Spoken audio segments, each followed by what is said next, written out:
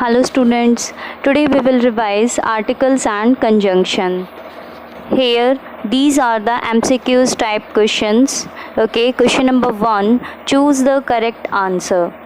First point, can you wait dash minute? क्या तुम 1 minute के लिए वेट कर सकते हो? तो यहाँ पे देखो कौन सा आर्टिकल आएगा, ए आर्टिकल, क्योंकि यहाँ पे एक के बारे में बात हो रही है और यहाँ पे मिनट, तो यहाँ पे कौन से साउंड है, कॉन्सोनेंट साउंड है, that's why we will use a article.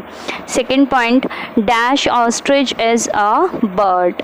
अब देखो ऑस्ट्रिच, ओ मीन्स यहाँ पे कौन सी साउंड है, वोवल साउंड है, so we will use an article and ostrich is a bird.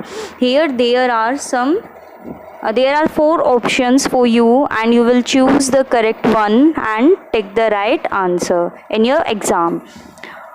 Third one is Shyam is dash honest boy. Honest, here vowel sound, so we will use an article. Shyam is an honest boy.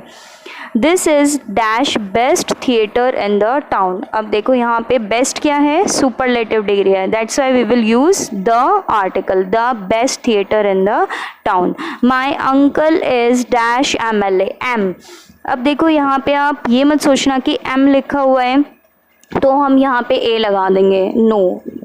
हमें यहाँ पे किस चीज़ पे ध्यान देना है, हमें vowel sound पे ध्यान देना है. मीन्स चाहे वो साउंड वोवल हो चाहे कॉन्सोनेंट हो, उसी के अकॉर्डिंग हमारा आर्टिकल लगेगा. अगर वोवल साउंड है तो हमारा आर्टिकल आएगा एन, अगर हमारी कॉन्सोनेंट साउंड है तो फिर हमारा आर्टिकल आएगा ए. तो यहाँ पे देखो एम, ए और मैं, मीन्स साउंड कैसे आ रही है, एम की, तो यहाँ पे आपकी कौन सी साउंड है, वोवल साउंड है, that's why we will use an MLA. Now sixth point is he can play dash violin. देखो यहाँ पे आपके म्यूजिकल इंस्ट्रूमेंट के बारे में बात हो रही है तो हम वहाँ पे क्या लगाते हैं, दा लगाते हैं. he can play the violin.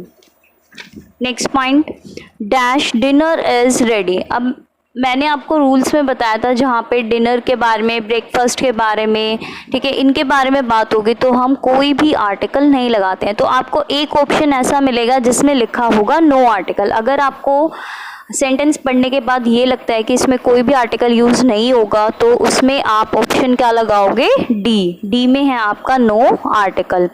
8 point is they speak dash Bengali at home. अब देखो यहाँ पे लैंग्वेज के बारे में बात हो रही है, चाहे वो लैंग्वेज कोई भी हो, इंग्लिश, हिंदी, बंगाली, मतलब कोई भी लैंग्वेज हो, ठीक है, तो हम यहाँ पे कोई भी आर्टिकल यूज़ नहीं करेंगे, ठीक है. Then D is the answer, no article. 9th point is dash Himalayas are the greatest mountains in the world. Himalayas, ठीक है, हिमालयाज के बारे में बात हो रही है तो हिमालयाज के साथ हमेशा द आर्टिकल आता है, तो यहाँ पे आपका आ जाएगा the Himalayas are the largest mountains in the world. अगर आपका डैश में अगर डैश आता और लार्जेस्ट लिखा होता तो लार्जेस्ट क्या है, सुपरलेटिव डिग्री है, तो हम यहाँ पे अपना लगाते the. 10th point is dash oranges I got yesterday were very sour. अब देखो यहाँ पर्टिकुलर उन्हीं ऑरेंजेस के बारे में बात हो रही है जो कि मैं कल लेके आया था और वो बहुत ज़्यादा खट्टे हैं, ठीक है, sour मीन्स खट्टे. तो यहाँ पे उन्हीं ऑरेंजेस मतलब पर्टिकुलर ऑरेंजेस के बारे में बात कर रहे हैं, तो इस वजह से हमने यहाँ पे क्या लगाया, द आर्टिकल, ठीक है. The oranges I got yesterday were very sour and these are the answers of these sentences. Okay, now next question is choose the correct answer. First point is Aarushi is beautiful dash kind. Aarushi जो है beautiful है और क्या है, kind भी, beautiful है और kind है, तो यहाँ पे हम क्या लगाएंगे, and article. Aarushi is beautiful and kind. Dash take it or leave it. अब देखो यहाँ पे और आ रहा है तो यहाँ पे क्या कॉम्बिनेशन बनेगा, ईदर और का, ईदर और, नीदर नॉर. तो यहाँ पे हमारा क्या आ जाएगा, either take it or leave it, या तो इसे ले लो या फिर इसे छोड़ दो. Next, I trust him dash he speaks the truth. मैं उस पर विश्वास करता हूँ, dash he speaks the truth. क्यों करता हूँ? क्योंकि उसने सच बोला, इसलिए मैं उस पर विश्वास करता हूँ। That's why we will use because. I trust him because he speaks the truth.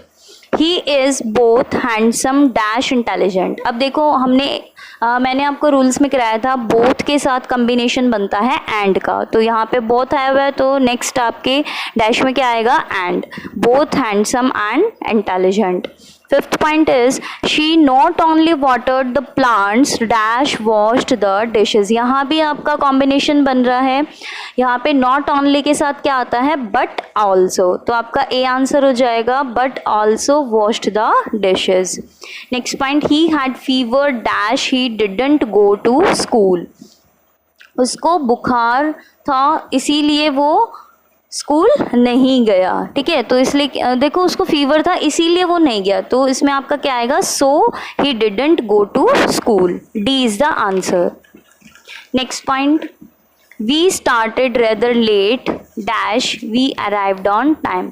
हमने जबकि लेट शुरू किया था, ठीक है, फिर भी हम टाइम पे पहुंच गए। अब देखो यहाँ पे कौन सा ऑप्शन आपका सही है? स्टिल वाला। ठीक है, स्टिल का मतलब होता है फिर भी। He had fever dash he didn't go to school। उसको बुखार था इसीलिए वह स्कूल नहीं गया, तो यहाँ पे क्या आएगा? so he had fever so he didn't go to school। Next point, she neither swept the floor dash dusted the furniture। उसने ना तो फ्लोर को साफ किया ना ही फर्नीचर की डस्टिंग की, तो नीदर आया हुआ है। नीदर के साथ कॉम्बिनेशन होता है नॉर का, neither nor. she neither swept the floor nor dusted the furniture। So D is the answer। Next point, though he is suffering much pain dash he doesn't complain। जबकि उसको बहुत ज़्यादा वो बहुत ज़्यादा पेन से सफ़र कर रहा था, फिर भी उसने कंप्लेन नहीं करी। अब देखो स्टिल और येट का एक ही मतलब होता है, तो यहाँ पे आपका स्टिल तो दिया नहीं हुआ, तो क्या दिया हुआ है? येट दिया हुआ है। और देखो यहाँ पे एक कॉम्बिनेशन बनता है दो के साथ येट का combination, that's why we will use yet. तो C is the answer, yet he doesn't complain.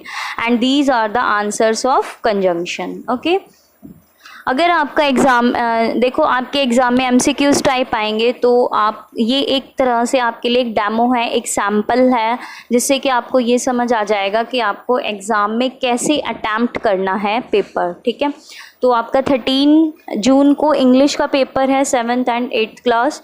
So please revise articles and conjunction and literature also.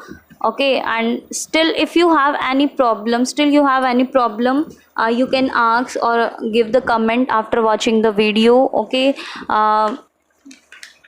अच्छे से रिवाइज करो बेटा, जो भी लिटरेचर है, चैप्टर्स हैं, वो आप बहुत अच्छे से पढ़ो हर एक चैप्टर, क्योंकि जो आपके एमसीक्यूज आएंगे वो उसके लिए आपको चैप्टर की स्टोरी अच्छे से पता होनी चाहिए। ठीक है, समरी पढ़ो अच्छे से। जो मैंने वीडियोस आपको भेजी हैं जिसमें पूरे चैप्टर मैंने बहुत ही अच्छे से आपको पढ़ाए हैं, तो वो सारे चैप्टर्स आप पढ़िए, उसमें आपके सारे शॉर्ट क्वेश्चंस कवर हो जाएंगे। ओके, और जो आपके वर्ड मीनिंग है वो भी आपको करने हैं। ठीक है, हनीकॉम एंड सप्लीमेंट्री के दोनों के आपको दो चैप्टर आ रहे हैं, तो दोनों के ही आपको वर्ड मीनिंग भी करने हैं, तो आपके वर्ड मीनिंग भी आएंगे और क्वेश्चन आंसर भी आएंगे, और ग्रामर में आपका इसी टाइप से आएगा। ठीक है, एमसीक्यूज टाइप हो गए, आर्टिकल्स और conjunction. So please do practice, and if you have any problem then ask me. Okay, thank you and take care.